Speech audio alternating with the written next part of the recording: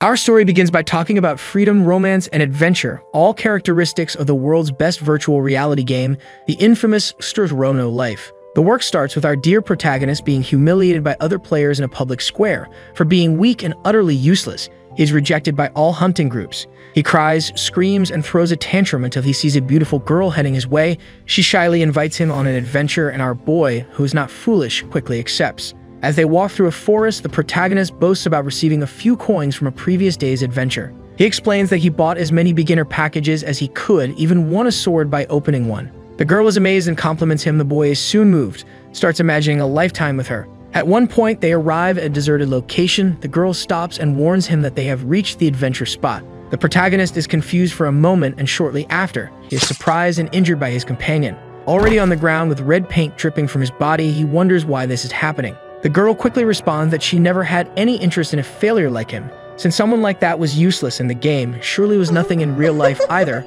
couldn't even talk to her if they were out of the game. And at the peak of her wickedness, she says that his parents must be beggars. It's at this moment that the boy becomes furious, and then when he tries to react, he is split in half in the blink of an eye. The system warns that the conditions have been met. The transition to the hidden class has begun. Surrounded by a mysterious energy, the girl transforms. She gains wings like an angel and takes on an appearance similar to a cosmic being. Her new class is called Goddess of Life, a category reached when one manages to eliminate 1,000 players. It was at that moment, just before dying, that the protagonist understood the essence of the game.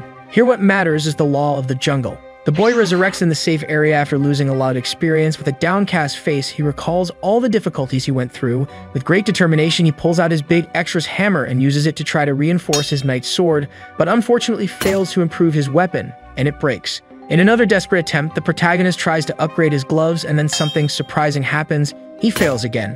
When all his equipment fails to be upgraded, he loses everything. However, he gains a stick, a basic weapon for beginners. The protagonist is confused because the one who gave him the overpowered stick was a bald man, who seems to be nice. And once again, the boy tries to reinforce his weapon, but this time it works. He continuously improves it, believing that sooner or later the stick would break, because the higher the weapon level, the substantially higher the risk of failure. After a long time reinforcing the item, he reaches the incredible mark of the supreme stick of level plus 99. The boy doesn't understand the sense of this because after upgrading the same weapon 10 times, the success rate is 5%. When the boy finished evolving his weapon, he accidentally tests it by dropping it on the ground, and then the continent is split in two with just one stroke. What happened here? On this day, a new Guinness record was set within the history of games as the boy eliminated 800,000 players in a single moment. Now, yes, our protagonist was inspired to play. It's time to show who the main character of the work is. Then we are presented with the story of the boy. In reality, outside the game, he's just a normal person.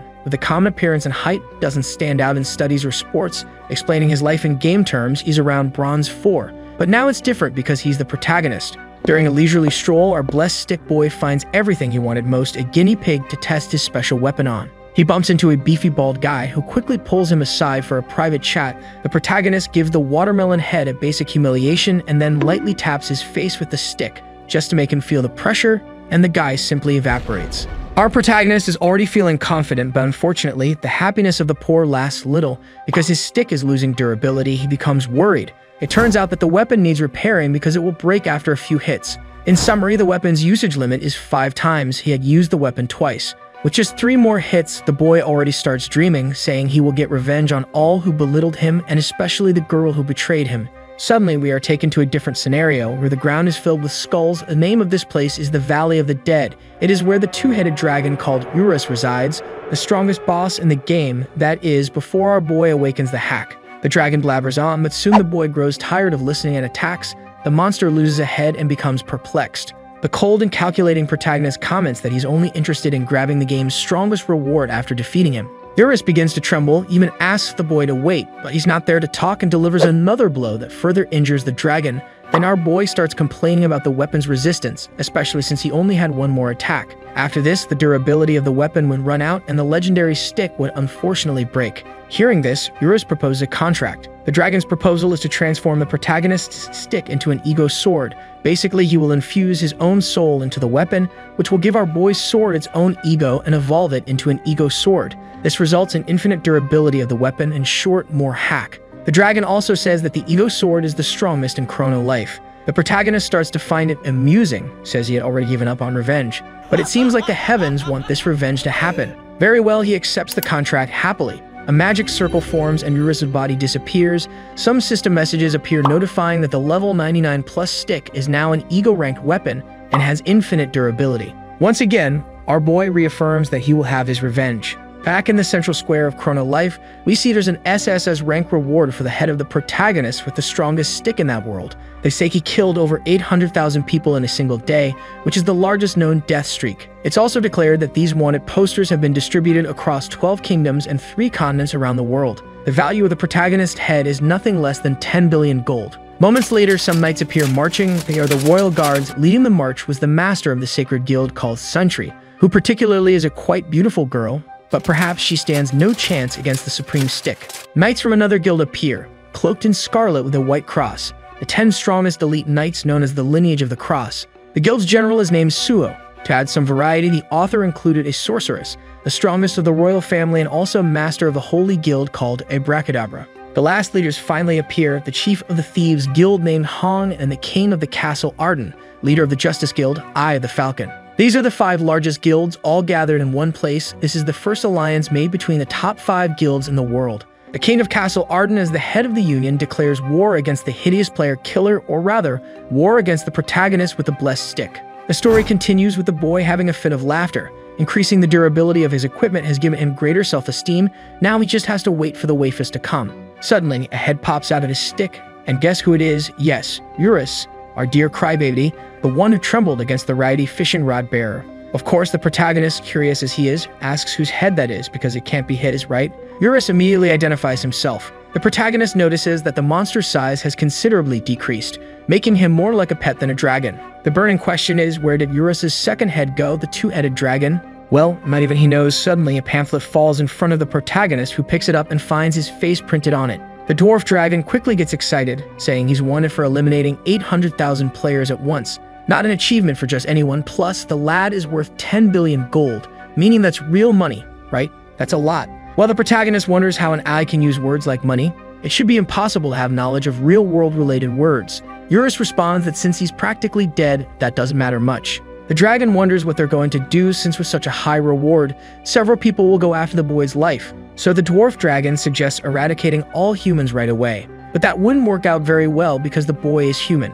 But he's not scared at all. In fact, he's quite excited because he's become a celebrity. Now that things have turned out this way, the protagonist thinks he'll have to hide his powers because otherwise, people will think he's weak. While walking, he's suddenly hit by an arrow. The supreme commander of the Union of the 5 Great Guilds, the king of Castle Arden, was nearby with his knights. The boy finds himself surrounded with several soldiers behind him. While he was still down, they ordered him to be arrested. But you know the saying, soft water, hard stone, the stick hits until it pierces. So our boy gets up and everyone starts attacking him all at once. The boy says he's changed his mind about getting revenge now and he just wants to live peacefully. But before that, of course, he has to annihilate everyone there. In just an instant, the capital of the First Kingdom is completely destroyed. Then the boy heads towards the king of Castle Arden. Meanwhile, the castle king calls all the members of the Union. A massive teleportation occurs, summoning all the protagonist's enemies to fight against him. They all try to attack it once again, but after a few blows, the enemy's advantage decreases considerably. Even Eurus, the great boss of that game, is impressed by such power. He admits that no matter how strong the boss is, you can't deal with thousands of people at the same time, and the Union Guild shouldn't be a weak opponent.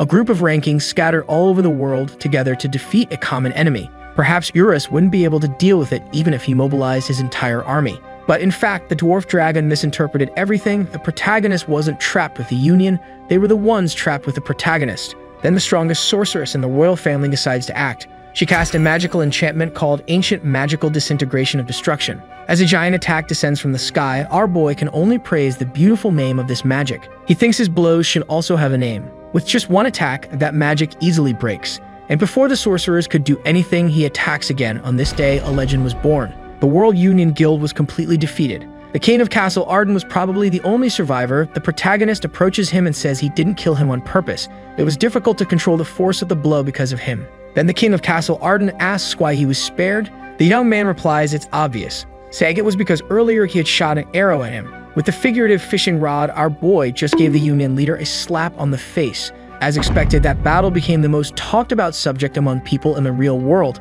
not only among users of the game itself, but also among users of other games. Even among people who weren't interested in such things, after defeating everyone there, the protagonist strikes a macho alpha pose. However, one more person appears, and you won't believe who it is. Yes, my friends. The girl who betrayed the protagonist at the beginning of the story. The boy is shocked. The girl says she missed him. Who could have imagined such a meeting, right? A vast expanse of sunset plains emerged with 3 million players eliminated, along with several weapons scattered on the ground. Meanwhile, our protagonist was in a meeting with the girl who betrayed him. Thinking this situation is somewhat dramatic, he wonders why he can't stop laughing. The girl soon starts talking, suggesting it must be fate. She didn't expect to find him in that place. The boy says fate is nonsense. The girl starts talking again and comments that she only killed him earlier to attain the Goddess of Life class. The protagonist asks if her ranking changed only after eliminating 1,000 players. With a condition like that, shouldn't it be Goddess of Death? The boy starts attacking shortly after, saying that as he had already heard her funny story, it was time for them to fight. The girl asks if he isn't too hasty. She wanted to talk a little more. Then the young man tries another attack, and when he thinks the target has been hit, she appears by his side, saying that, as expected, he has become considerably stronger. But that level of power wouldn't be enough to win. Virus is shocked, wondering how that person is alive after a direct hit from the legendary stick. The protagonist is also confused. He's sure the attack was accurate. So how could she be without a scratch? The girl says she's now the Goddess of Life. Because of that, a mere human couldn't do absolutely anything. Hearing this, the boy gets angry and tries to attack again. With this last blow, the entire continent trembles. But the goddess remains unharmed. She says it's useless to keep fighting. No matter how much time passes, he would be unable to win. Faced with this, the boy tries a different approach. Since he can't destroy her, he just needs to destroy the planet. Then everything would disappear, including the girl. The goddess doesn't seem to find that possible. However, the protagonist says he hasn't used his true strength at any moment. He says he's willing to sacrifice everything because in the end, in Chrono Life, the law of the jungle is the only thing that matters. With a single attack, the boy destroys the entire world, which ends up disconnecting all the players. Then people wake up in the virtual reality capsule room and start complaining to the attendant, asking if he turned off the switch or something similar. He asks everyone to stay calm. Sometime later, a notification appears on the main page of Chrono Life. They announce that an emergency maintenance is happening on the server. People wonder if there really is a problem with the game. There was still one person connected to Chrono Life, and as you may imagine, it's the protagonist. Our boy appears in a kind of virtual room, where a strange voice mentions a weird name, ST-389. The voice says that was the name of the planet the protagonist just destroyed.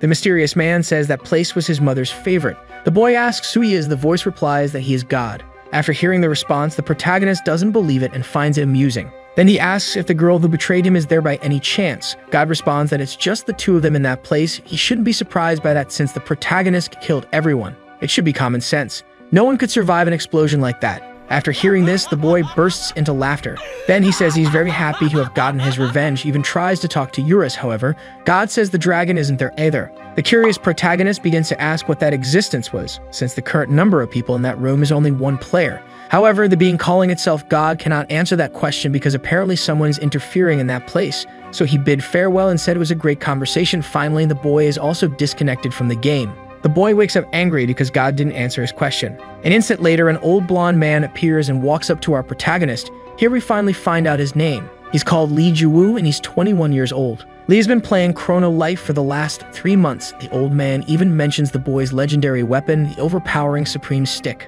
The young man is surprised and asks who he is. The old man replies that he's the one who's going to steal Jiwoo's stick. Again, the boy's story is introduced. He says he's just a regular college student who likes to play Chrono Life. He was just a beginner player, but luckily he got a strong weapon. That's when his life in Chrono Life changed. Currently, the boy is in a restaurant with the old man, and after a brief conversation, it is revealed that this weird old man is actually the president of the game. His name is Choi Dio-bake. Lee didn't quite understand why the president went after him with some suspicious-looking men who seemed more like gangsters, but in fact, they were just company workers. Choi explains that he came after him to get the plus 99 Supreme Stick because according to him, this is a bugged item. It shouldn't be possible to upgrade a weapon so much. As mentioned before, after upgrading a weapon 10 times, the chance of upgrading again drops to 3%. So the protagonist's stick will now be under President Choi's care. Changing the scene, in the frontline city of Chrono Life, a group of adventurers faces a monster. When the creature tries to attack, a girl launches a fire missile that hits it precisely.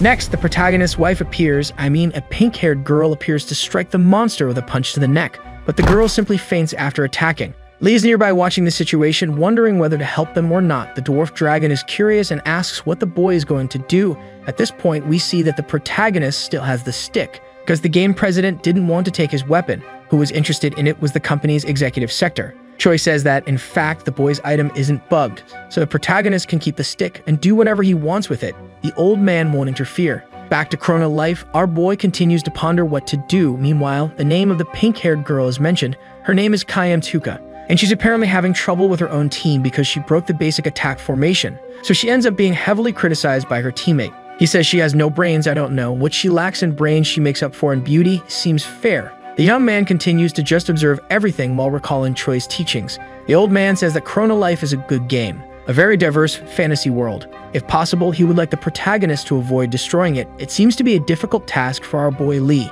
Returning to the game, the girl continues to be humiliated by her teammate, and she is abandoned by the team. The boy, seeing that situation, says that adventure or even romance don't exist in this game.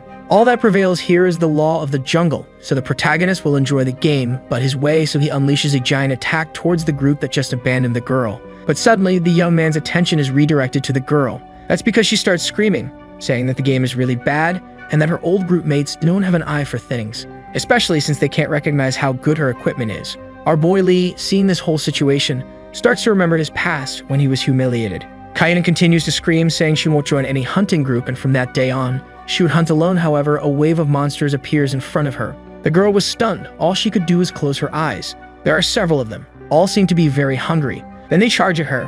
When she thinks all is lost, a mysterious man, dressed in a cloak, only in his underwear and with a stick in hand, appears in front of her. With one attack, our hero, underwear with the blessed stick, simply finishes off all the enemies. The girl, who is trembling with fear, decides to open her eyes. What does she see? Looking at the sky, the spacing of the clouds caused by the protagonist's attack is evident. So our boy begins to have philosophical thoughts about solidarity and pity, imagining that maybe he didn't help her for those reasons. Probably he did it because he thought it would be fun. Anyway, the result was a bit complicated and chaotic. This is just the beginning of this story. The girl seems all melted for the protagonist. Yeah, my friends, could my prediction be correct? And this is the future Mrs. Stick. Leader isn't dumb. He doesn't waste time. Soon he asks if the girl doesn't want to form a group with him. It seems that the true story of the protagonist begins here. However, the girl refuses, and even tells him to go to that place. She says she doesn't hunt with noobs. Well, it seems like this is a terrible start. Then we change scenes, this time to real life where people were discussing the events of Chrono Life.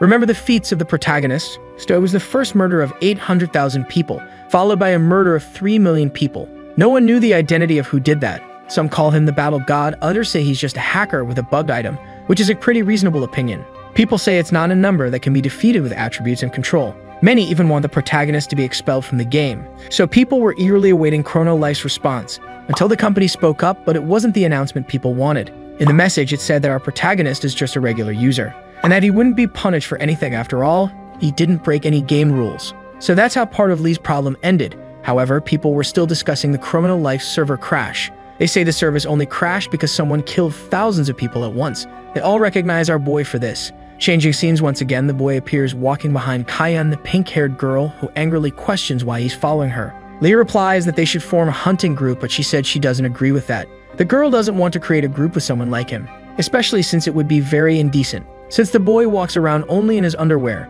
and on top of that, with his wood out. The boy says she should be grateful because he saved her after all. Urus mentions that he witnessed what happened, and that her eyes were closed when he defeated everyone with one blow. So the protagonist wonders if she doesn't know how strong the power of the Supreme Stick is. With that, a brilliant idea comes to his mind. Our boy intends to hide his own power, so he runs after the girl, asking them to form a team because he's new to the game, starts begging and even calls her master. The girl is amazed by this, especially since she was recently humiliated, and now they're calling her master. It seems like her confidence has risen significantly. Our boy is excited too. Pretending to be weak was what he wanted at first. The girl was so touched that she wasted no time and invited him to form a group, saying she'll only help once. They head to the entrance of a dungeon to defeat some rabbit bears.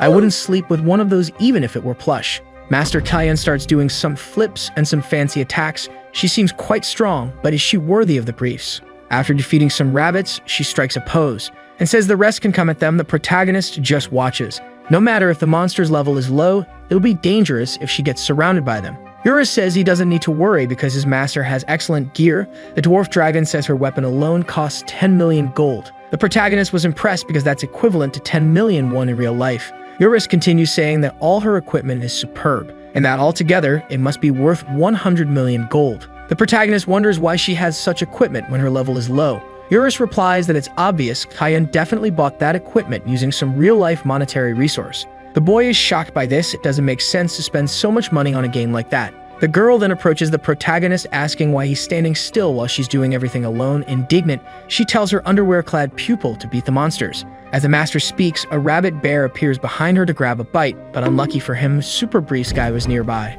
The girl quickly turns around and asks why he's swinging at nothing. The young man puts his convictions to the test since it's very difficult to hide so much power. The girl receives a message and says she has to leave for a while. The protagonist is indignant that she's leaving. A moment later, the doubt resurfaces about how the girl has so much money to spend on games. The dwarf dragon theorizes that maybe she was born into a wealthy family. In the real world, we see Kayan waking up after disconnecting, promptly getting up and putting on her glasses. The work focuses on her so we can admire her beauty up close. Kayan begins to remember the moments she spent with the protagonist and smiles. The girl enjoys this moment until someone opens the door. It's a woman who seems quite irritated. She asks if Kayan forgot about work. The girl replies that she already logged out of the game. But the argument continues and the woman says she's addicted to games. Then she asks the girl to hurry up and sit down. The woman asks if she was playing Chrono Life with glasses. She says it's to take the glasses off when using the helmet so as not to leave marks on the nose. And after being reprimanded, the girl argues defensively, saying she gets anxiety attacks if she doesn't wear glasses.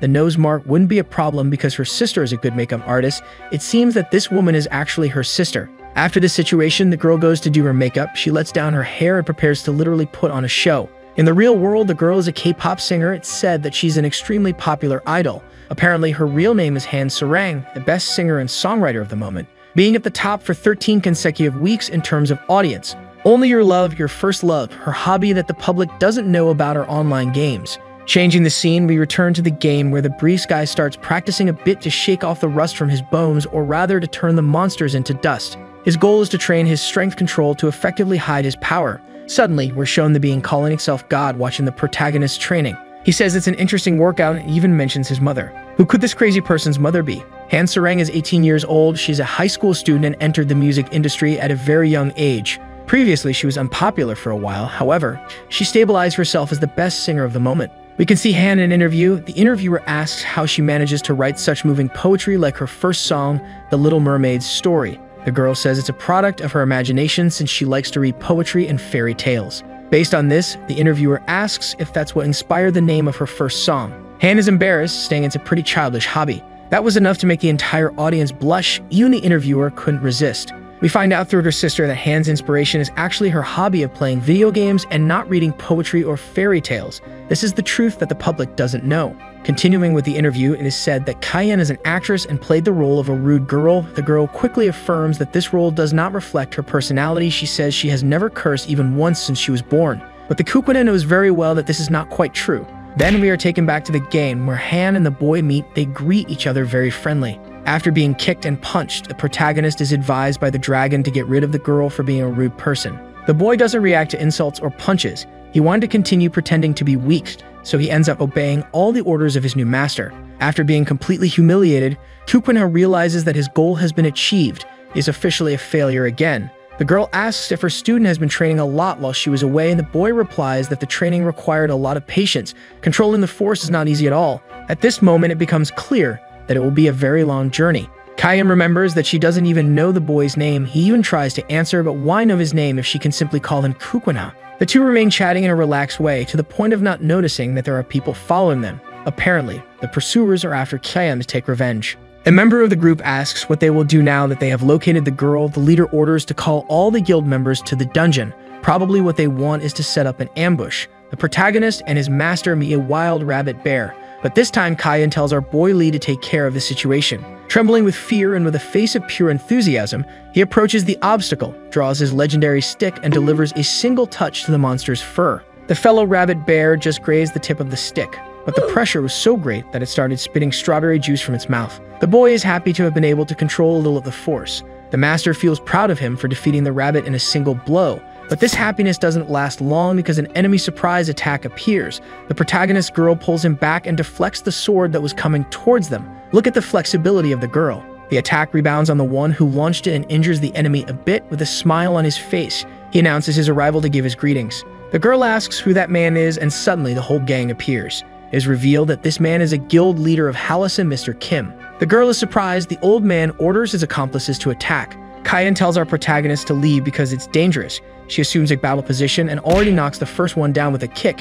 Using his head as a trampoline, the girl jumps and activates what seems to be a special ability, Dragon Kick. The protagonist is always a faithful spectator, wondering why all this is happening. Meanwhile, our master defeats some extras, but they were just a distraction. A short-haired elf joins the battlefield and activates a theft ability that takes some equipment from our master. The boy is impressed by this. Eurus says that the power to steal equipment belongs to the thief class, but it shouldn't be so strong. The boy Lee becomes unconcerned for a moment until he remembers that if the elf has the ability to steal, she could take his staff. So the boy starts running in fear. Who would have thought, right? The enemies spot the protagonist running. The old man seems uninterested. For him, it's evident that it's just a poor beginner, but the elf is somewhat sadistic. She claims that stealing from those who have nothing is more enjoyable. Thus, the chase begins for the boy. She simply couldn't contain herself, desiring to take our boy Lee's legendary staff. The little guy panics, facing danger. He tries to react by attacking before being robbed. But it was too late because his wood was already in the hands of the elf.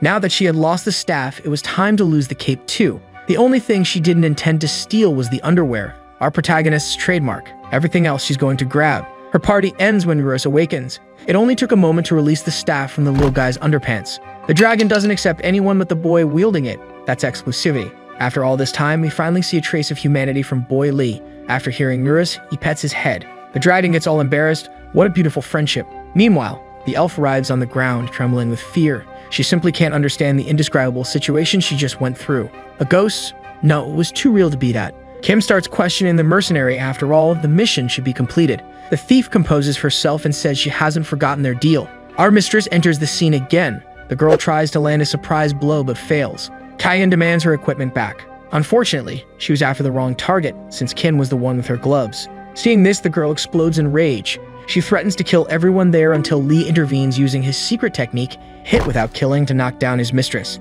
The elf is confused why he attacked her ally. Little does she know that, in fact, the protagonist only knocked out his mistress, to be able to hack everyone there for dinner. Then he starts revealing his true power. First, he takes out the extras next to the elf, then goes straight for the main course. Filled with anger, the boy approaches her in the blink of an eye. Attacking with his skill hit without killing, he quickly takes her down. The boy says he didn't like being afraid because of her. That said, he starts hitting her again. What's this? The protagonist doesn't even spare the women. He must believe in gender equality. Changing the scene, we see a very interesting scene of the protagonist's future wife lying on the grass, unconscious, which unfortunately doesn't last long. The boy asks if she's awake yet. The girl can only bombard the protagonist with questions, asking about the enemy's situation. Our boy doesn't like to boast, so he said they left. The girl starts asking how she passed out, and he simply decides to return the fists that were stolen, avoiding the question. Instead, the little guy starts questioning the mistress about the Harem Guild. His goal was to find out as much as possible about them. Cannon seems angry for a moment, but then she blushes and gives a smile as if she's satisfied. I don't know, I believe the marriage will happen before the end of the year. If his little stick is causing trouble now, wait until it grows into a formed tree. It won't fit inside the underwear. Well, in the end, the girl says she'll tell him everything. Kayan asks if our boy has heard of the term pay to win. In short, you buy items in the game with money, aiming to become stronger. She finishes by saying that Harem Guild players spend a lot to buy equipment in the game. The mistress also mentions that she bought that pair of fists at an auction by chance. One day, the guild started hunting her with the aim of stealing that equipment. But of course, they were no match for the little guy's wife. The girl asks how the protagonist managed to retrieve the fists, even asking if he stole them back. The little guy says they just left the item there, maybe they forgot. Kayan is in doubt but accepts it. She says that Mr. Kim is a complete lunatic and will probably try to steal again. The protagonist finds it strange. Why do they want such equipment so badly? The girl calmly replies that it's because that fist is worth 10 million gold. But the protagonist points out that those old folks spend billions in the game. Such obsession with an item worth 10 million doesn't make sense. Surely it's not just that. Now in the guild hideout, we're shown Mr. Kim on his knees before a mysterious man, begging for another chance to complete the mission. The man says he's useless, and there's no time to waste. It's better to pass this mission to the 4 celestial kings. Then 3 more men enter the room. They discuss Kim's failure. The king with an elfish appearance even says he should have been expelled. Another man wearing a blue cloak says that hiring any mercenary for such a mission was a terrible strategy. Then the king with fox ears speaks up. He informs that he'll be in charge of retrieving the mistress's fist within the next 12 hours. Finally, we're introduced to the king of mules, who seems to be at the top of this hierarchy. The leader orders them to show what they're capable of. A moment later, they notice a boy standing in the middle of the room. Everyone stares at him for a moment. The boy says that everything they said is nonsense. The king asks who the boy is. The little guy just wanted to resolve it quickly. If those kings kept going after his mistress, it would be more difficult to hide the powers of the superior staff. The king then orders to eliminate the boy. All the other unknown kings comply with the order and advance on the protagonist, but as usual, one attack is enough to take down the elf and the one in the blue cloak. When the king with fox ears tries to attack, he's quickly brought down too. Outside the house, we see a girl walking while singing, and this is the girl who betrayed the protagonist at the beginning of the story. Is she immortal by any chance? As beautiful as she may be on the outside, she's ugly on the inside. Not that it's much of a problem, I mean it's better not to get involved with people like that. Continuing the fight, the king orders all guild members to attack at once. The protagonist calmly says that if they want to win, they'll need at least 3 million people. Our boy easily defeats all the enemies there. The king is impressed by this. Kim warns the mule leader that he needs to escape, or he'll be the next target. But the supposed king didn't seem very happy with it all. He simply can't understand all the members had good items and yet they were defeated. Even the 5 major guilds couldn't underestimate them. That's when the mule king starts using his brain. Could this boy possibly be the legend himself, the little guy with the staff? Now, a bit of the enemy boss's history. His real name is Mr. Wang. He started playing games as a child, and they weren't as sophisticated as they are today. It was also harder to level up. Still, Wang really enjoyed playing, so much so that he became addicted to it. As he got older and had more responsibilities, he stopped playing. When he realized it, he was already 40 years old. Upon reaching this age, he decided he would start playing again. This would be a gift to himself after so much hard work. But soon he realized that things were no longer the same as his childhood days. His memories are shaken by the current situation. After the protagonist defeats each of Hallison's henchmen, only 2 people remain standing, or rather, 1 standing and 1 kneeling. King Wang and Mr. Kim, who happen to be brothers.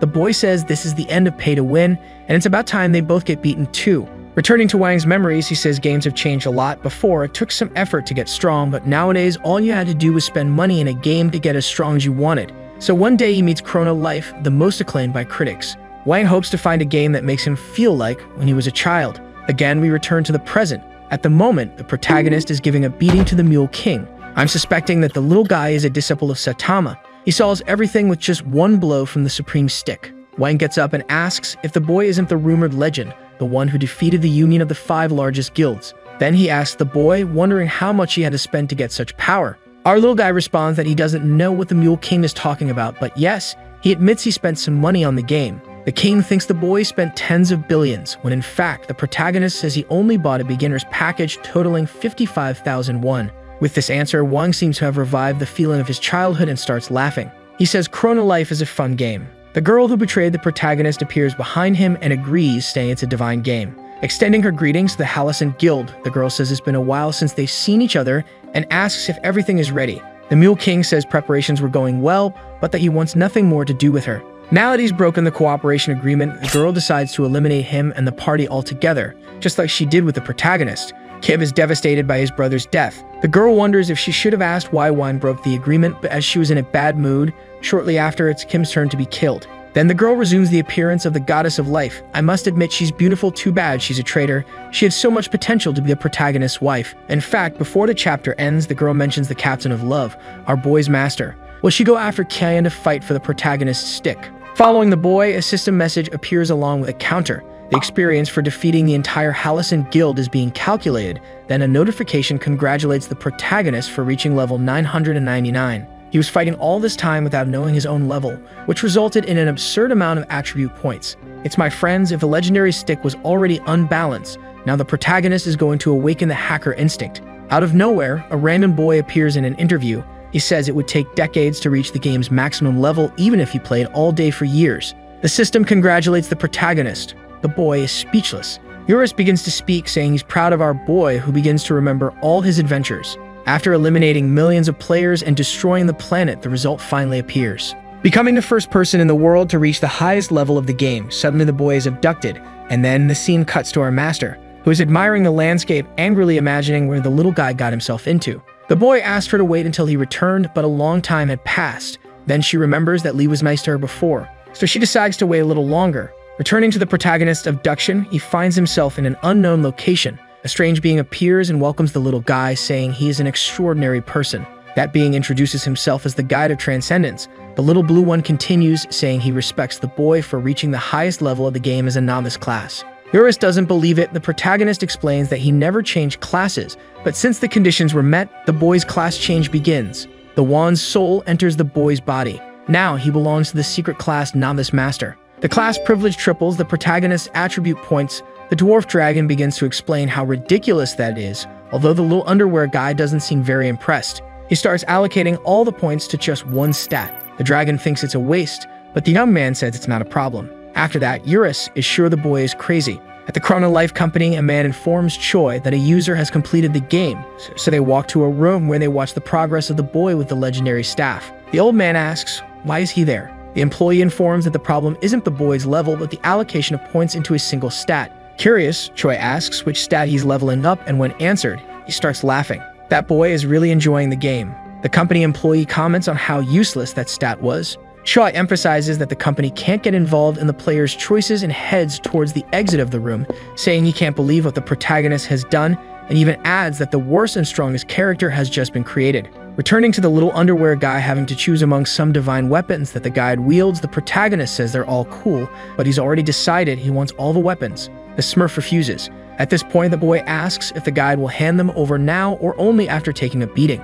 Everyone watching is impressed by the boy's madness. The class guy doesn't like that at all and launches an attack on the protagonist, who draws his legendary staff. It seems the blue baldy wants to take a beating. And when they were about to start exchanging blows, the result is, hold on, folks, a quick pause. Place your bets, who will win? The little underwear guy with the supreme staff or the blue baldy? Now that you've bet, let's continue the fight. The guide attacks our protagonist with an axe and hits him hard. But when he thinks he's won, the boy reappears saying the attack hurt quite a bit, maybe because it was from a god. Here we discover which stat the protagonist leveled up like an idiot. He invested all the points in physical health. This attribute makes him immune to some things, positively affecting his recovery. The reason it seems like a bad stat is that if you invest everything in a single attribute, he will be weak, unable to carry any equipment other than the staff, but the boy asserts that he only needs that. Then, as if that weren't enough, the little underwear guy awakens a hidden ability, Healing Factor.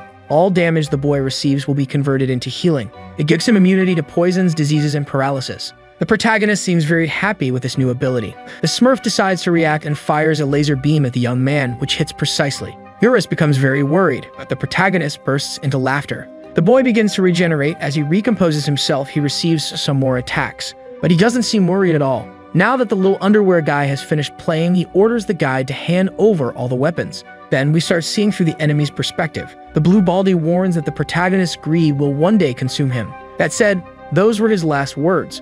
Also because the boy doesn't care about any of it. With just one strike from the Supreme Staff, the Transcendental Guide simply ceases to exist, and that entire place starts to disintegrate, forcing our boy to return to the world of Chrono Life. But with a twist, all the Transcendental weapons are with him now. They will always answer the little underwear guy's call, which makes him quite happy. Unlike his mistress, who is extremely irritated. She says that after waiting for so long, she won't let it pass, no matter the boy's excuse. He arrives all excited but receives a punch and several kicks as a welcome. The boy thought he would return soon, but some things delayed him. She's quite disappointed and says she'll log out of the game. The protagonist bids farewell. She gives an angry look, but soon calms down. The girl informs the protagonist that the next day at 7 p.m., she'll finish work and enter the game. With a cute face, she warns him not to be late again. After this situation, even the dwarf dragon caught the dating vibe. The boy also decides to leave the game because it's past midnight. Our boy wakes up in the real world feeling tired. On his way home, Lee passes by a restaurant, and as he was hungry, he considers going there, but he realizes he's broke.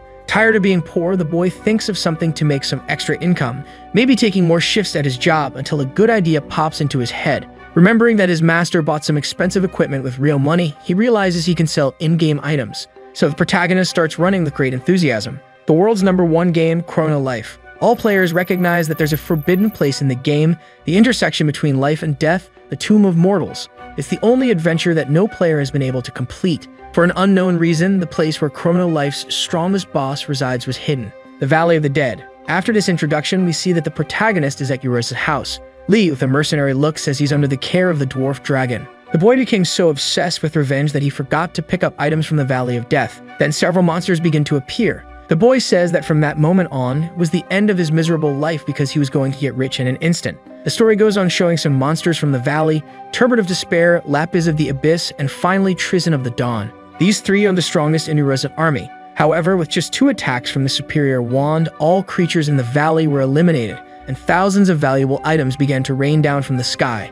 Yura says that the protagonist ended it in an instant and did a good job. But our little underwear guy says it's just begun. He expects the monsters to respawn. The dwarf dragon is sad about the situation. After all, that was his army. Unfortunately, the protagonist spares no one. As it's the first time the boy is selling items, he imagines he should farm only 100 times. In the real world, we're taken to a lecture at Harvard, where they say Bill Gates is a very rich man, and even if he found $100 on the ground, he wouldn't pick it up since he earns approximately $150 per second. It would be a waste of time to spend more than that to bend down and pick up the money. In other words, he'd be losing $200 if he did so. However, in the protagonist's case, it takes about 1 hour to accumulate 100 spawns, which in total generates the sum of approximately 15 billion golden items. According to the lecture, Bill Gates earns 500 million won per hour. The protagonist has exceeded the income rate of the richest man in the world. Back in the real world, we see the boy leaving the Gucci store. We also see him in a Lamborghini, people looking impressed, including lots of girls.